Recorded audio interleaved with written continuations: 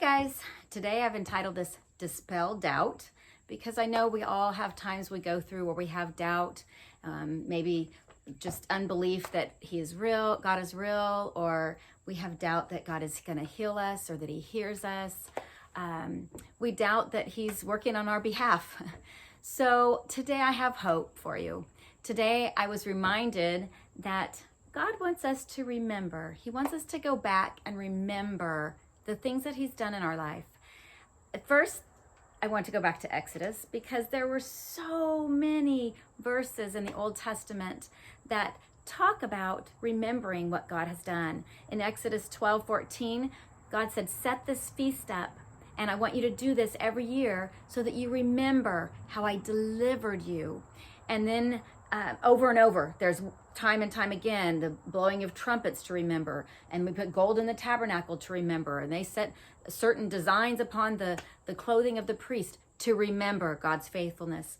And then in Joshua 4:7, when God parted yet again the sea for the Israelites to walk across on dry land like He did at the Red Sea, He said, take 12 stones out of this dry ground and set them up on the other side as a memorial to remember my faithfulness, how I've delivered you, and how I'm with Joshua to lead you as I was with Moses to lead you. And then in Exodus 13, God said to the people, remember this day where I've taken you out of the land of Egypt, out of bondage. And then let's scoot on to the New Testament. There's so many in the Old Testament. It's unreal when I was looking this up, how many times God says to do this, to remember. But then in New Testament, Luke 22:19, and also in 1 Corinthians 24:25, Jesus said this.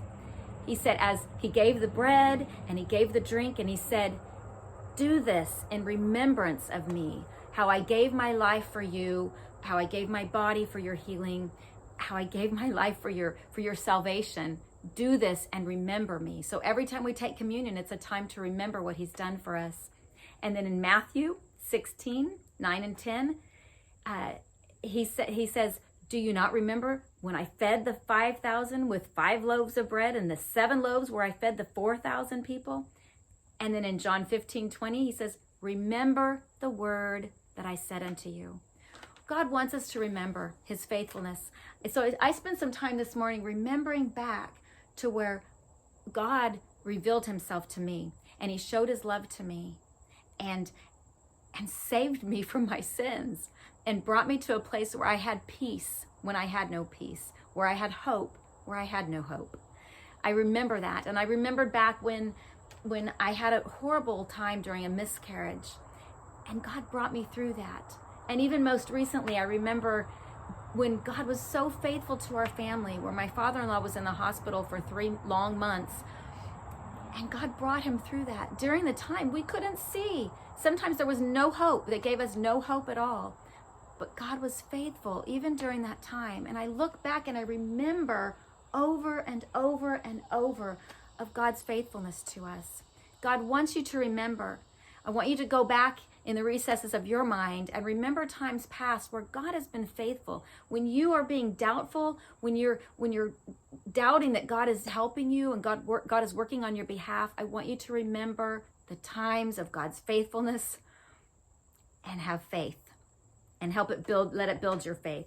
In Revelations 3:3, we're told, remember therefore how you have received and heard, and hold fast.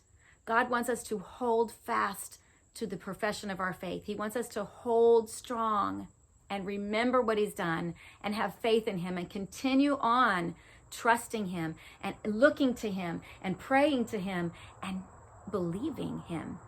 And I was also reminded of this little story out of Mark 9, and this is where I'll close. A man had brought his son to Jesus, and this son had an evil spirit, and he had had it for many years, and it would just devastate him and hurt him. And Jesus says to him in verse 23 and 24, if you can believe, all things are possible to him that believeth. And straightway the father of the child cried out and said with tears, Lord, I believe, help my unbelief. So it's okay to pray that. It's okay to pray, God, help my unbelief, because sometimes we doubt.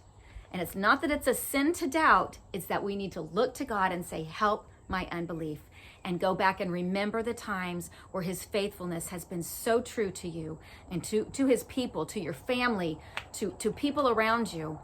Remember his faithfulness and let that dispel the doubt that tries to come into your life and into your mind. Remember what he's done for you. Have a good week.